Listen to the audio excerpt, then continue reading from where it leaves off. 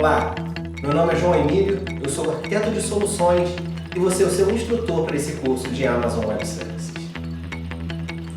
Antes de começarmos a falar sobre Amazon Web Services, eu quero provar para você que é importante hoje ter esse conhecimento e que o passo que você está tomando agora é fundamental na sua carreira. Bom, pessoal, eu vou citar aqui alguns motivos pelos quais eu decidi usar a Amazon como sendo a minha plataforma preferida para novos projetos e para projetos pessoais e projetos de clientes. O primeiro deles é que é a plataforma de cloud mais usada no mundo. Ela tem 47% do mercado, isso baseado nos dados do primeiro quartil de 2017. Esses números são tão significativos que os grandes empresas que são concorrentes da Amazon, eles estão muito atrás. Somando os próximos 3 concorrentes na fila, não chega nem a metade do que a Amazon já tem da fatia do mercado. E a gente não está falando de pequenas empresas, nós estamos falando de Microsoft, Google e IBM. Então, outro ponto é a tendência forte que vem seguindo nos últimos anos de migração de data centers para clouds públicas. Isso significa que nós vamos ter projetos surgindo, demandando esse skill, né? E com projetos nós vamos ter a nossa empregabilidade elevada por termos esse conhecimento e provavelmente também teremos um salário um pouco acima do que a média do mercado vai pagar por estarmos lidando com uma tecnologia que é considerada ainda pelos próximos anos provavelmente algo difícil de conseguir.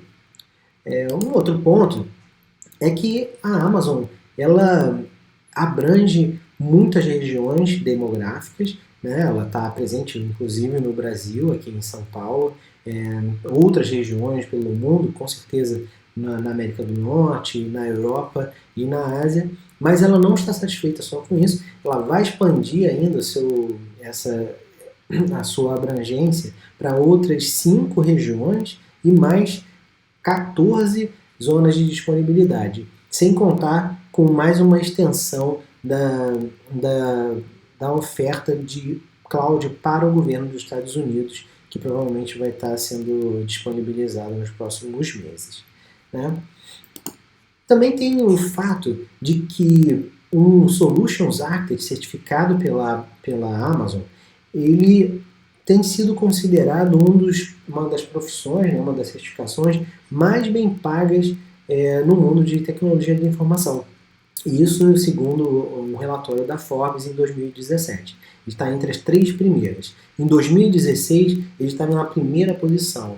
O salário de em torno de $125 mil por ano, alguma coisa mais ou menos $10 mil por mês. Isso provavelmente nos países que pagam em dólar, porque aqui no Brasil provavelmente a gente não vai conseguir ganhar R$30 mil se for converter com esse câmbio de hoje. Mas enfim, um outro motivo que também me levou a considerar fortemente essa mudança de paradigma para mim, que fui um IBMista por muitos anos, são os resultados que a empresa tem apresentado. Nos últimos anos, ela tem demonstrado um crescimento assustador, né? E hoje ela já conta com um faturamento de mais de $15 bilhões, e o mercado projeta um faturamento de $50 bilhões nos próximos anos. Então, se o mercado está otimista, nós também deveremos estar. Investir o nosso tempo, o nosso dinheiro com treinamento e com alguns projetos em cima dessa plataforma vai render para nós algum tipo de retorno no futuro, bem próximo provavelmente, né, através de, talvez a gente não vai ficar rico, mas garantir pelo menos que a gente tenha um bom emprego, com uma boa remuneração e fazendo uma coisa bacana com uma tecnologia mais avançada do que outros casos que a gente vê por aí, não vale a pena comentar. Agora que eu te convenci, vamos falar um pouquinho sobre Cloud Computing, seus tipos, os modelos e as implementações que as empresas estão usando. Será que está todo mundo migrando tudo para a Cloud? Bom, o que é Cloud Computing? Bom, segundo a própria Amazon, computação em nuvem é entrega sob demanda de poder computacional, armazenamento de banco de dados, aplicações e outros recursos de TI por meio de uma plataforma de serviços de nuvem via internet com uma definição de preço conforme o uso. Se um profissional que está trabalhando com a internet há muitos anos lê isso rapidamente, acaba ficando até um pouco confuso. Afinal de contas, nós já éramos capazes de publicar sites, compartilhar arquivos, criar bancos de dados, solicitar máquinas Linux, Windows. O que mudou então? Na verdade, muita coisa mudou. A maneira com que os data centers gerenciam esses recursos e oferecem eles aos seus clientes também mudou muito. Isso não reflete na maneira que nós usamos, muitas vezes, esses recursos como máquinas virtuais. Outro ponto importante, naquela definição, era possível notar um termo chamado sob demanda. Sob demanda no sentido de que nós vamos pagar apenas aquilo que usarmos. Pode ser que em alguns casos você tenha que pagar um preço cheio, mas sempre referente a um determinado número de requisitos, por exemplo, banda ou tamanho de file systems, enfim, uma série de outras restrições que vocês vão acabar descobrindo no decorrer desse curso. Para mim, como profissional, a grande diferença é que agora nós não estamos restritos à infraestrutura. Nós conseguimos agora contratar software como serviço. Conseguimos contratar plataforma de desenvolvimento como serviço. Basicamente, são 3 os tipos de computação em nuvem. Infraestrutura como serviço, que inclui servidores, configurações de rede, armazenamento. Também temos o segundo caso, que é de plataforma como um serviço, né? O exemplo aqui do Elastic Beanstalk, ou de RDS, que é uma plataforma de administração de bancos de dados, que elimina a necessidade do cliente administrar servidores, backups e, enfim, toda aquela mão de obra manual que um sysadmin precisaria fazer. E tem, no terceiro lugar, uma coisa muito mais conhecida, né, que é o SaaS, é quando o provedor oferece um software como sendo um serviço. O que se paga é apenas por usar o software, então você não entende, não precisa administrar nem a plataforma nem a infraestrutura. Significa que você paga um preço, usa o software e tem as suas limitações de acordo com a assinatura que foi paga.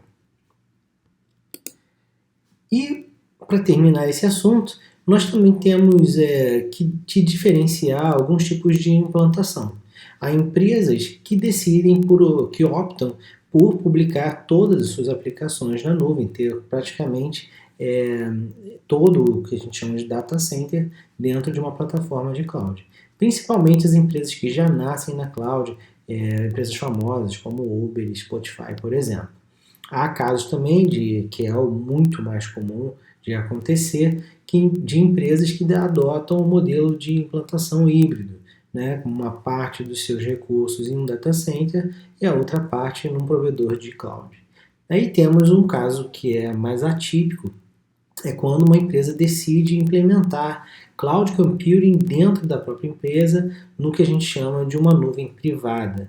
É muito comum, é comum acontecer isso quando a empresa não tem condições ou não quer adotar um modelo de nuvem pública, mas quer conseguir as vantagens de se ter os mecanismos de cloud computing disponíveis para, por exemplo, agilizar o provisionamento de recursos, de máquinas para projetos, né, e criar, de configurar, por exemplo, uma plataforma como um serviço muito famosa, que é o Cloud Foundry, para agilizar o processo de desenvolvimento de aplicações, enfim. Quando a empresa decide não ir para uma cloud pública, implementa essas soluções dentro da própria data center e faz uso deles. Com certeza, ela não vai conseguir as vantagens todas que uma nuvem pública oferece, uma plataforma já bem estabelecida como a Amazon, mas alguns benefícios ela vai usufruir nesse caso aí.